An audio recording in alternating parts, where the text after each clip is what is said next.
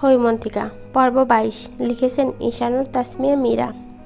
কড়া রোদে আশপাশ খা করছে। কারেন্টের তারে চুপচাপ বসে আছে কালো কুচকুচে এক ঝাঁকা। মাত্র গোসল সেরে এসেছে তারা। শরীর ঝাঁকিয়ে দেহের সমস্ত পানি ঝেড়ে ফেলতে চাইছে বারংবার। হৈমন্তী ঘরের এক কোণে থাকা টেবিলটা পরিষ্কার করছিল। ইদানিং পড়াশোনার সব লাঠে উঠেছে তার। টেবিলের ধারের কাছেও ঘেঁষে না সে। ফলস্বরূপ টেবিলের জায়গায় জায়গায় ধুলোবালি বিরাট আস্তানা গেড়ে রেখেছে। উপরের তাকটা পরিষ্কার করতে থেকে হন্তদন্ত হয়ে উপস্থিত হলো হেমন্ত।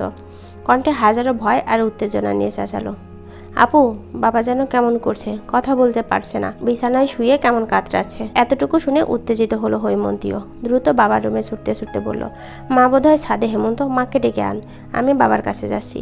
হেমন্ত ছাদের উদ্দেশ্যে দৌড় লাগালো। বাবার রুমে প্রবেশ করতেই হৈমন্তীর নজর প্রথমে আশরাফ সাহেবের ঘরমাক্ত মুখখানায় আটকালো। পুরো শরীর ঘেমে একাকার ওনার। শটান হয়ে শুয়ে কেমন হাঁসফাঁস করছে। হৈমন্তী দৌড়ে বাবার মাথার কাছটায় হাঁটু গেড়ে বসলো। দুহাতে ওনার এক হাত চেপে ধরে আতঙ্কিত গলায় জিজ্ঞেস করলো, কি হয়েছে বাবা, এমন করছে কেন, খারাপ লাগছে? আশরাফ সাহেব মেয়ের দিকে ঝাপসা চোখে তাকালেন। কণ্ঠ যেন অচল তার। বহু কষ্টে থেমে থেমে অস্পষ্ট স্বরে বললেন, বুকে কষ্ট হচ্ছে মা, খুব কষ্ট হচ্ছে। হৈমন্তী আরও ব্যস্ত হয়ে পড়ল। আশরাফ সাহেবকে উঠানোর চেষ্টা করলো। একটু কষ্ট করে উঠার চেষ্টা করো বাবা, আমরা হাসপাতালে যাব। আশরাফ সাহেব প্রায় অজ্ঞান। তাকে উঠাতে গিয়ে হৈমন্তী টের পেল তার শক্তি ফিকে পড়ে যাচ্ছে। শত চেষ্টা করে ওনাকে উঠাতে পারছে না। এদিকে রাবেয়া এসেই হাওমাও করে কান্না শুরু করে দিয়েছেন। নিরুপায় হৈমন্তী হেমন্তকে বলল, পাশের বাসার আঙ্কেল আছে কিনা দেখে আয় হেমন্ত, ওনাকে ডেকে আন। ওনারা নেই আপু, আসার সময় দেখে এসেছি আমি, দরজায় তালা মারা। বিপদ যখন আসে সব দিক থেকেই আসে। প্রবাদটি একদম সত্য মনে হলো হৈমন্তীর। বড্ড অসহায় লাগছে নিজেকে। কি করবে বুঝতে পারছে না। মস্তিষ্ক একদম শূন্য। হঠাৎ তুষারের কথা মনে পড়লো তার। একবার ফোন করবে কি? চটজলদি রুমে গিয়ে ফোন হাতে নিল সে। তুষারের নাম্বারে ডায়াল করলো। দুবার রিং হতেই রিসিভ হলো ওপাশ থেকে। তুষার প্রথমে নরম স্বরে ডাকলো, হৈমন্তিকা। এতক্ষণ শক্ত হয়ে থাকা হৈমন্তী যেন নিমিষেই গুড়িয়ে গেল। নিঃশ্বাস ঘন হলো তার। চোখ থেকে গড়িয়ে পড়তে লাগলো বিন্দু বিন্দু জল। অশ্রুসিক্ত গলায় সে বলল, বাবা কেমন যেন করছে তুষার, আমি বুঝতে পারছি না কি করব। আপনি প্লিজ তাড়াতাড়ি আসুন, আমার ভীষণ ভয় লাগছে। ওপাশে অসহ্য রকমের নিরাপত্তা। সে চুপচাপ শুনছে হৈমন্তীর কান্নার শব্দ। খানিক পরেই উত্তর এলো, আমি আসছি হৈমন্তিকা। আশরাফ সাহেবকে কেবিনে নেওয়া হয়েছে। অতিরিক্ত গরমে হার্ট অ্যাটাক করেছে তিনি। কেবিনের সামনে লাল নীল হলুদ রঙের ছোট্ট চেয়ারগুলোতে একটিতে চুপচাপ করে বসে আছে হৈমন্তী। মুখটা ফ্যাকাশে হয়ে আছে। ভেতরটা হাহাকারে চিৎকার করছে বারবার। তুষার মাত্র ডাক্তারের সঙ্গে কথা বলে এসেছে। নিঃশব্দে হৈমন্তীর পাশে এসে বসলো সে। অনেকক্ষণ কিছু বলল না। নির্নিমেষ চেয়ে রইল প্রিয়তমার লালচে মুখ পানে। পরক্ষণে আস্তে আস্তে হৈমন্তীর হাত নিজের হাতের ভাঁজে নিয়ে নিল। কোমল স্বরে আওড়ালো, কান্না চেপে রেখেছেন কেন হৈমন্তিকা, বুকে আসুন। ভেতরকার কষ্টে ভিজিয়ে দিন আমার বুক। হৈমন্তীর কি যেন হলো। এক অক্ষরও অমান্য করলো না কথাটা। ঝাঁপিয়ে পড়লো তুষারের প্রশস্ত বুকে। তুষার সযত্নে আগলে ধরলো প্রিয়তমাকে। ছোট্ট মাথাটা চেপে ধরলো বুকের বাঁ পাশটায়। হৈমন্তী কেঁদেই গেল। যতক্ষণ না কষ্ট কমলো ঠিক ততক্ষণ কাঁদলো। ফাঁকা ফ্লোরে অল্প কিছু নার্স আর রোগী অবাক চোখে দেখতে লাগলো ওদের।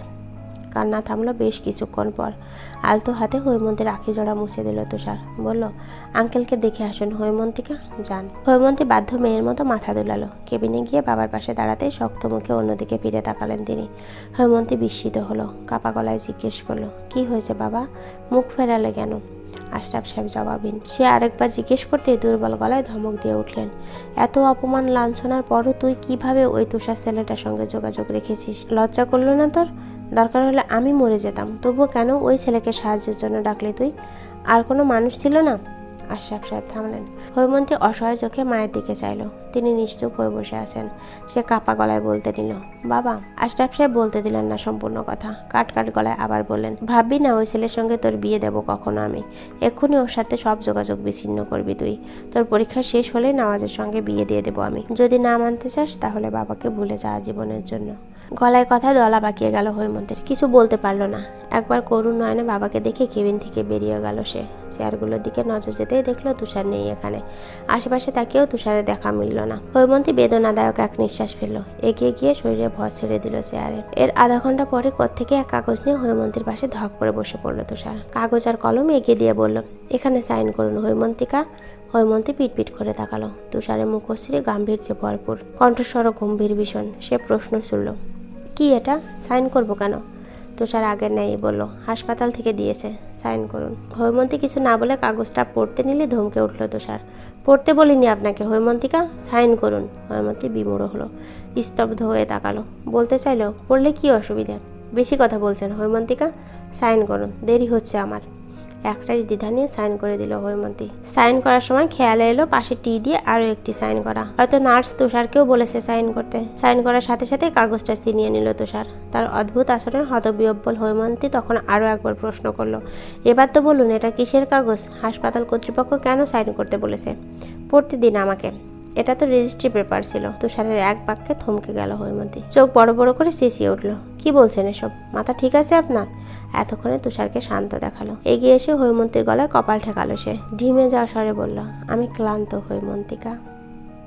চলবে, বাকি গল্পগুলোর জন্য চ্যানেলেই চোখ রাখুন।